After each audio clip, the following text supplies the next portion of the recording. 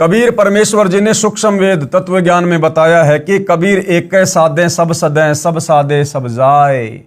यदि हम एक कबीर परमात्मा की पूजा करेंगे, भक्ति रूपी पेड़ की मूल की पूजा करेंगे, तो हमें सर्व लाभ प्राप्त होंगे। और यदि हम सबकी पूजा शुरू कर देंगे, उन पत्तों में पानी डालना शुरू कर देंगे, टहनियों में पानी डालना शुरू कर देंगे और जड़ में पानी नहीं डालेंगे, खाद नहीं डालेंगे, तो हमें कुछ भी लाभ नहीं मिलेगा। तो कहते हैं एक साधे सब सदें, पेड़ की जड़ की पूजा करने से पूरा पेड़ फलता फूलता है। एक साधे सब सदें, सब साधे सब जाए, और माली सींचे मूल को फले फूले अगाए। जो ज्ञानी आत्मा होगी, जो ज्ञानी भगत होगा, वो केवल मूल की पूजा करेगा, यानी मूल परमात्मा कबीर देव को इष्ट मानकर पूजेगा, तो भक्ति रूपी पौधा फलेगा फूलेगा, यानी भक्ति के सारे लाभ मिलेंगे, अंत में मोक्ष भी मिलेगा। अर्थात पौधे की मूल को मिट्टी में गाड़कर सिंचाई करने से पौधे के सब भाग, तना, डार, शाखा तथा पत्ते विकास करेंगे। एक के साधने से, यानी एक की पूजा करने से सब सद जाएंगे। यदि पौधे को उल्टा रोप कर शाखाओं की सिंचाई करेंगे तो सब नष्ट हो जाएंगे, क्योंकि ये विधि गलत है। इसी प्रकार परम अक्षर ब्रह्म मूल रूप को इष्ट रूप में मानकर पूजा करेंगे तो सब देवता प्रफुल्लित बढ़ेंगे, यानी उनके पास हमारे धर्म कर्म शास्त्र प्रमाणित संग्रहित जमा हो जाएंगे। वे फिर हमारे कर्मों का फल हमें देते रहेंगे और बिना मांगे देंगे।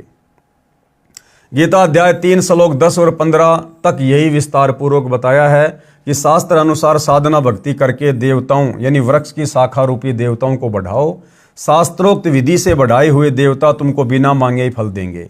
यदि हम किसी फैक्ट्री में काम करेंगे, मेहनत से काम करेंगे, मर्यादा में रह के काम करेंगे, तो ऑटोमेटिक हमारी तनख्वाह बनकर मैनेजर के पास जाएगी और मैनेजर बिना मांगे हर महीने हमें तनख्वाह देगा ही देगा।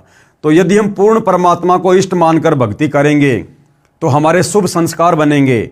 हमारे शुभ संस्कारों का फल इन्हीं ब्रह्मा विष्णु महेश के माध्यम से परमात्मा फिर हमें देगा, बिना मांगे देगा, ऑटोमेटिक देगा। जैसे पौधा पेड़ बना तो सब तना, डार, शाखा बढ़ी, विकास हुआ, फिर शाखाओं को फल लगेंगे, बिना मांगे ही लगेंगे। यानी शास्त्र विधि अनुसार साधना करने से हमारे धर्म कर्म बनेंगे। वे इन देवताओं ब्रह्मा विष्णु तथा शिव जी के पास जमा होते रहेंगे। ये कर्म फल ही देते हैं, ईमानदारी से देते हैं, बिना मांगे ही देंगे, क्योंकि हमारे शास्त्र अनुसार भक्ति कर्म है। अन्य जो शास्त्र विधि त्याग कर मनमाना आचरण करते हैं, यानी देवी देवताओं की पूजा करते हैं, ब्रह्मा विष्णु महेश को परमात्मा मान के पूजा करते हैं, उनको कोई धर्म कर्म पुण्य नहीं बनते, उनको कोई लाभ नहीं होता। इसलिए हम परम अक्षर ब्रह्म को इष्ट रूप में प्रतिष्ठित करके शास्त्रोक्त भक्ति करते हैं। कौन? हम सतगुरु रामपाल जी के भगत परम अक्षर ब्रह्म यानी कबीर देव को अपना इष्ट मानकर, और हमें पता चल गया कि वो कबीर देव वर्तमान में संत रामपाल जी के रूप में स्वयं धरती पर प्रकट है। अर्थात संत रामपाल जी के भगत केवल अपने गुरुदेव को इष्ट मानकर पूजा करते हैं, जिस कारण से हमें भक्ति से मिलने वाले सर्व लाभ प्राप्त होते हैं, जिससे सुख भी मिलता है, सिद्धि की प्राप्ति भी होती है, जिससे कार्य सिद्ध होते हैं तथा गति यानी मुक्ति भी होती है। मैं शास्त्र विधि अनुसार भक्ति करने को कहता हूँ, भक्ति छुड़वाता नहीं।